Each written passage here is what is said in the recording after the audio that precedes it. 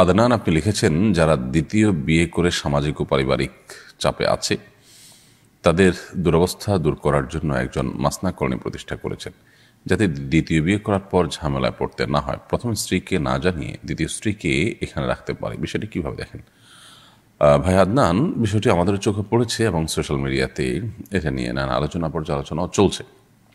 আমরা শুধু এটুকু বলতে চাই যে একাধিক বিয়ের সপক্ষে যে ক্যাম্পেইন চলে থাকে, এই ক্যাম্পেইনটা কোনো কোনো ক্ষেত্রে আমার কাছে এটা আমার ক্ষুদ্র মত সীমালঙ্ঘন মনে হয়েছে। কারণ হলো, শরিয়া কারোর প্রয়োজন হলে তার জন্য একাধিক বিয়ের অনুমোদন রেখেছে, সুযোগ রেখেছে। কারোর প্রয়োজন হলে তিনি একাধিক বিয়ে করতে পারেন, কিন্তু শর্ত দিয়ে দিয়েছে খুব পরিষ্কারভাবে। কোরআনে কারিমে আল্লাহ তাআলা বলে দিয়েছেন যে ইনসাফ করতে পারতে হবে। কারণ ইনসাফ করা নিয়ে যদি সন্দেহ দেখা দেয় যে তিনি ইনসাফ করতে আদৌ পারবেন কিনা, তাহলে সেক্ষেত্রে তার জন্য একাধিক বিয়ে করা জায়েজ নয়। এই যুগে একাধিক বিয়ে করে উভয় পরিবারের প্রতি বা সব পরিবারের প্রতি, সব স্ত্রীদের প্রতি ইনসাফ বজায় রাখছেন এরকম মানুষ আমি খুব কমই দেখি। আমার কাছে শত শত মানুষ যারা আসেন, তাদের উল্লেখযোগ্য অংশ বা বেশিরভাগকে আমি দেখেছি যে তারা একাধিক বিয়ের পর উভয় স্ত্রীর প্রতি আসলে সমতা বজায় রাখতে পারছেন না। তো যারা সমতা বজায় রাখতে পারছেন না, তাদের জন্য একাধিক বিয়ে করা জায়েজই নেই। আর সমতা বজায় রাখতে পারবেন সেই দৃঢ়তা থাকলে, সেই দৃঢ় বিশ্বাস থাকলে ইনশাআল্লাহ তার জন্য এটি জায়েজ হবে। তবে এইটাকে ক্যাম্পেইন করে এটার পক্ষে আপনার কি জানি বলে, এটাকে নানা রকমের আলোচনা তুলে এটার পক্ষে আন্দোলন গড়ে তোলার মতো আসলে বিষয় নয়। এটা একটি জায়েজ বিষয়। একাধিক বিয়েকে ওলামা ইকরাম সুন্নাহ বলেছেন এমনও নয়, কিন্তু সুন্নাহর নির্দিষ্ট ডেফিনিশন আছে। সুন্নাহ, নবী করিম সাল্লাল্লাহু আলাইহি ওয়াসাল্লাম কোনো কাজ করেছেন সেটাকেই, বা সাহাবা ইকরাম কোনো কাজ করেছেন সেটাকেই সবসময় সর্বাবস্থায় সুন্নাহ বা মুস্তাহাব বলে দেওয়া যায় না। তো কোনো ওলামা ইকরাম, কোনো ইমামগণই কিন্তু একাধিক বিয়েকে সুন্নাহ বলেছেন বলে আমার জানা নেই। সো একটি জায়েজ কাজকে যদি সমাজের মানুষ না জায়েজ মনে করেন, তাহলে সেক্ষেত্রে তাদের ধারণা ভাঙানো যেতে পারে, বলা যেতে পারে। কিন্তু এটার জন্য একাধিক বিয়ের যে ইমপ্লিমেন্ট, সেটার জন্য যে প্রচেষ্টা, সেই প্রচেষ্টাটা যদি আন্দোলনের রূপ নেয় এবং এটা নিয়ে যদি রীতিমতো বিশাল বড় বড় ক্যাম্পেইনের রূপ নেয়, তাহলে সেটা নানা দিক থেকে ক্ষতিকর। এর মধ্যে সবচেয়ে বড় ক্ষতি, যেটা আমার নিজের অভিজ্ঞতা দ্বারা আমি বলতে পারি, প্রতিনিয়ত আমার কাছে এরকম মানুষজন আসেন যারা একাধিক বিয়ে করেছেন, এরপর একটা পর্যায়ে এসে দেখা যায় যে আর টলারেট করতে পারছেন না, নতুন বিয়ে করে সামলাতে পারেন নাই।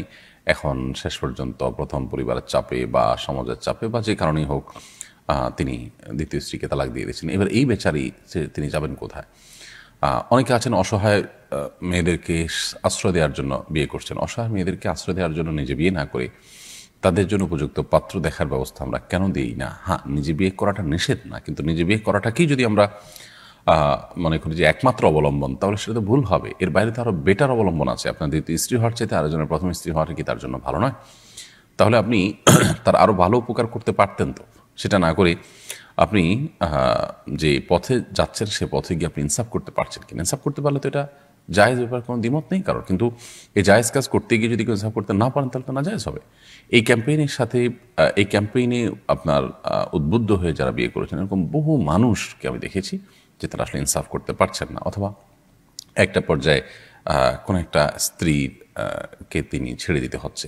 তাহলে এই যে জুলুমের দুয়ারগুলো উন্মোচন হচ্ছে, এই যে পারিবারিক কলহ তৈরি হচ্ছে, এগুলোর দায় কিন্তু আমরা এড়াতে পারি না।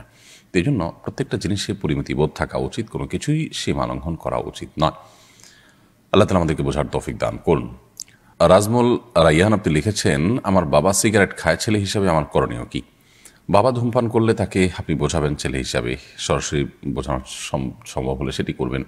সেটা না হলে আপনার মা অন্যান্য ব্যক্তিদেরকে দিয়ে বোঝাবেন। এলাকার ইমাম সাহেব, আলেম ওলামাদের মাধ্যমে তার সাথে তাকে দাওয়াতি কাজ করাবেন। নানাবিধ উদ্যোগ আপনার থাকবে, দোয়া করবেন আল্লাহ তাআলার কাছে। এরপরও তিনি যদি পরিবর্তন না হন, আল্লাহর কাছে আপনার কোনো দায় নেই এবং আপনি এটার জন্য তার সাথে কোনো দুর্ব্যবহারও করতে যাবেন না।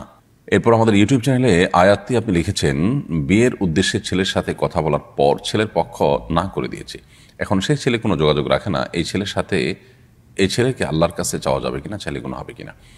যেহেতু বিয়ের আলোচনা হওয়ার পর একটা পর্যায়ে সেটি না হয়ে গেছে, সিদ্ধান্ত বিয়ে হবে না, এই মর্মে হয়ে দুপক্ষ আলাদা আলাদা যার যার মতো করে ভাবছেন, এই পর্যায়েও এই বিয়ে হতে পারে, সম্ভাবনা আছে, আল্লাহ তাআলার কাছে আপনি চাইতে পারেন। কিন্তু এই নির্দিষ্ট ছেলেকে চাওয়াটা আসলে এটা কোনো অর্থবহ কোনো চাওয়া নয়, উত্তম চাওয়া নয়। উত্তম চাওয়া হলো, আল্লাহ আপনি যেখানে আমার জন্য মঙ্গল হয় সেখানে বিয়ের ব্যবস্থা করে দিন, তার সাথে বিয়ের ব্যবস্থা করে দিন। এই জায়গায় যদি মঙ্গল হয়, আল্লাহ আপনি আমাকে এখানে এই জায়গায় এই লোকের সাথে বিয়ের ব্যবস্থা করে দিন। এভাবে দোয়া করা যেতে পারে। কিন্তু এর বাইরে আসলে আপনি যদি নির্দিষ্ট করে শুধু এই লোকটাকেই চান, তো এই চাওয়াটা যথাযথ চাওয়া নয়। কারণ আপনি যাকে মনে করছেন তাকে পেলে আপনার ভালো হবে, তাকে পেলে ভালো আপনার নাও হতে পারে। এই জন্য আল্লাহ সুবহানাহু ওয়া তাআলার কাছে এই জাতীয় ক্ষেত্রে ব্যক্তিকে নির্দিষ্ট না করে বরং যদি কল্যাণ হয় তাহলে আল্লাহ আপনি আমার জন্য সহজ করে দিন, এইভাবে দোয়া করাটাই হলো সুন্নাহ এবং উত্তম।